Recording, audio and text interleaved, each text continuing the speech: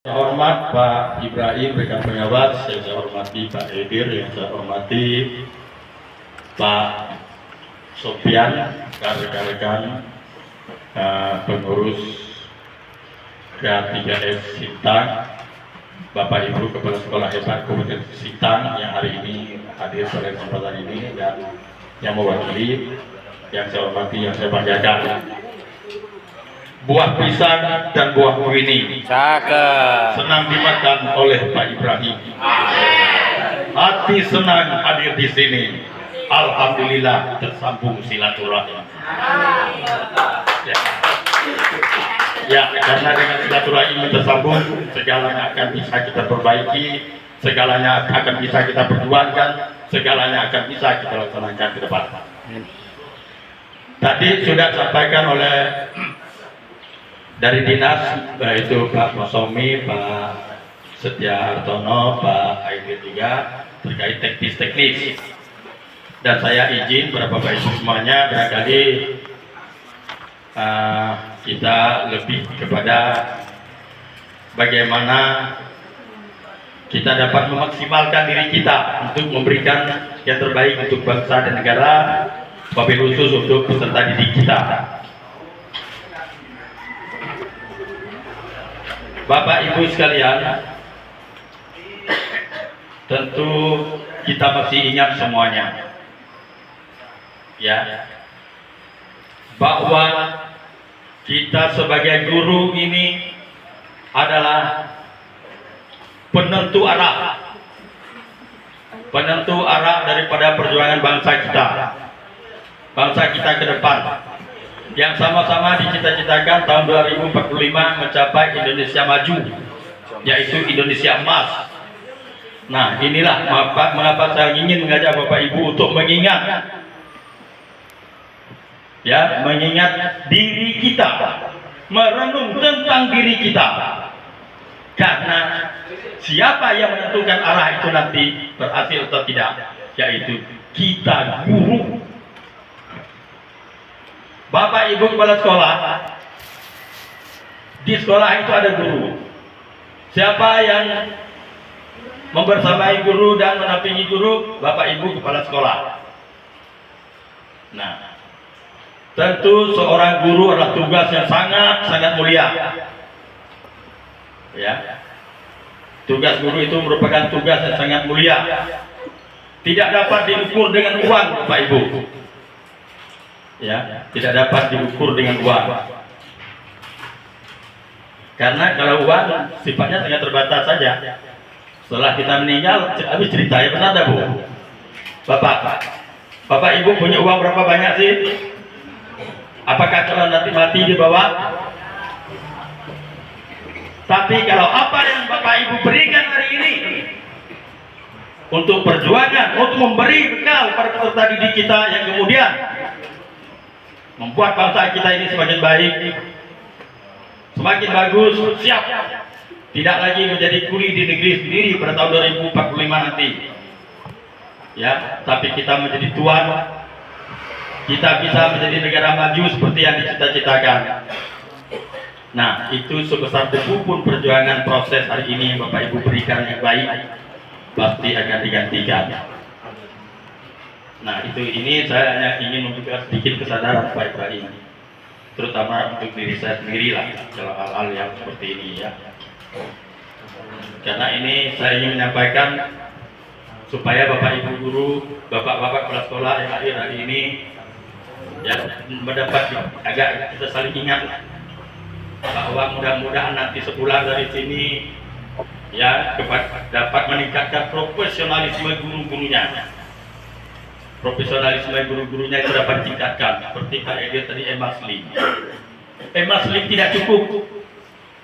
Yang paling perlu adalah hati kita, keinginan dan kemauan kita, niat.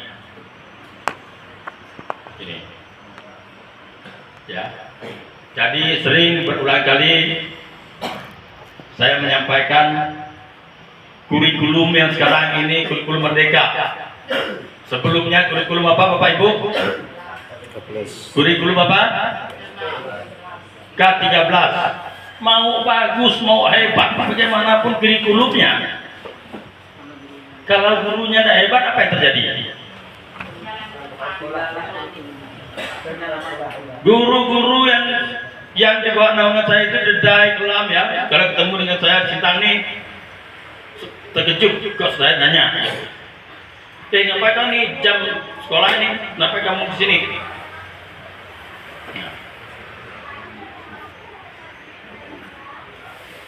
Ya. Nah jadi seperti itu ya. Jadi kita harus guru-guru itu yang ada di sekolah kita itu tanggung jawab tugas manajemen Bapak Ibu. Nah terkait dengan penyiapan peserta didik kita yang baik, tentu dimulai dari guru yang baik. Guru yang baik harus mendapat pengayoman yang baik dari Bapak Ibu kepala sekolah. Ya. Nah di sini beberapa hari yang lalu saya membersamai Ibu Emiliana di SD 6 Sintang. Tentu ini sangat bermanfaat juga untuk Bapak Ibu sekalian. Ya, bahwa sampaikan nanti pada guru-gurunya ya, agar kita memberi makan peserta didik kita itu ya dengan memperhatikan beberapa hal, yaitu kalau tidak salah saya B2SA gitu Bu ya. Apa B2SA itu sama dengan kurikulum Merdeka sekarang ini beragam. Metodenya Pak hari ini tahu lah ya, berdiferensiasi gitu ya. Nah jadi makanan yang pertama harus beragam. Ini kenapa saya perlu sampaikan, kita mulainya fokus kita ini mau untuk peserta didik kita lebih baik. Ya, kalau kita ini saya mau bayar aja berapa tahun lah, ya dah. Ya. Pertama beragam makanan, jadi jangan itu terus.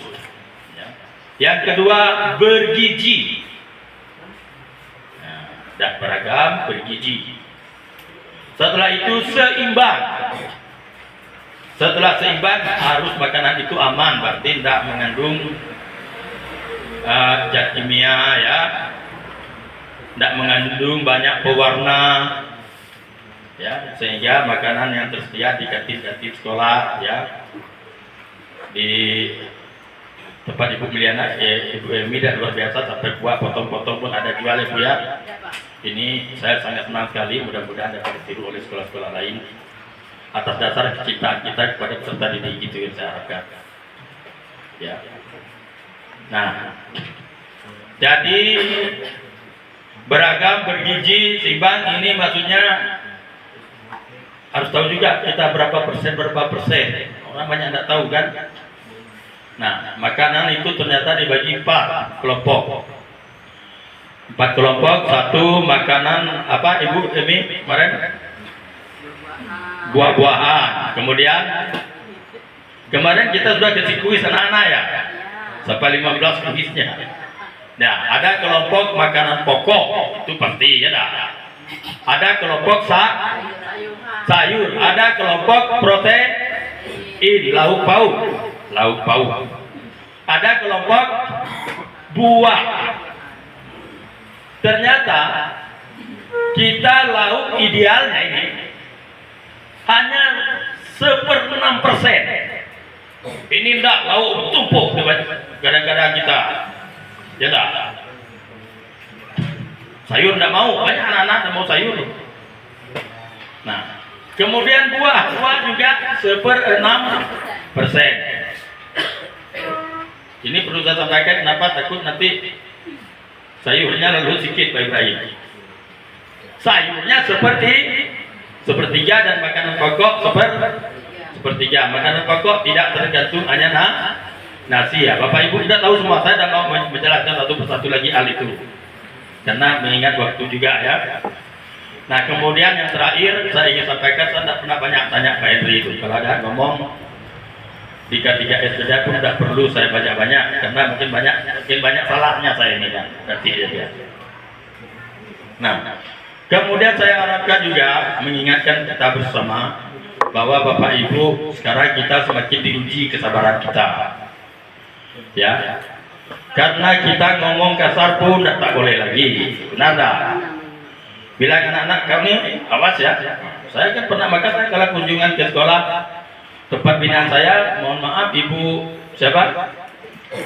Ibu Emi, Ibu Amisa, Ibu SD 4 siapa? Bu Ida, enggak, saya kasih kabar dulu. Saya datang, jadi kalau gurunya ada sedang ngajar dan ternyata awas kau ya, bodoh kau nih, sudah kedengaran saya. Nah sekarang ada zamannya lagi Pak, Bapak Ibu ya. Nah jadi kita betul-betul ya dengan berhati-hati lah, karena mudah saja nanti salah-salah kita bisa dijeruji dan tamuran sekarang ini kan. Nah kita tidak terlalu berat, kesalahan bisa jadi berat. Begitupun guru kita. Jadi saya harapkan soliditas di sekolah itu harus semakin terjaga. Berarti Bapak Ibu kepala sekolah bagaimana menciptakan kondusivitas di sekolah yang betul-betul solid. Istilahnya apabila ada hal-hal yang kurang seperti kata Pak Aidir tadi, ya itu kita harus sama-sama selesaikan di dalam lingkungan sekolah itu terlebih dahulu ya, diusahakan ya, jadi yang terbaik. Karena Bapak Ibu adalah manajer di sekolah, sebagai manajer tentu sedikit ada prerogatif, namun lebih kepada saling memahami dan saling mengerti di antara kelompok tersebut. Jadi saya kira itu dapat saya sampaikan. Apabila hal-hal yang kurang itu murni kehilafan dan kesalahan saya, dan kebenaran hanyalah milik Sang Pencipta. Saya akhiri, wabillahi taufiq wal hidayah. Wassalamualaikum warahmatullahi wabarakatuh. Waalaikumsalam.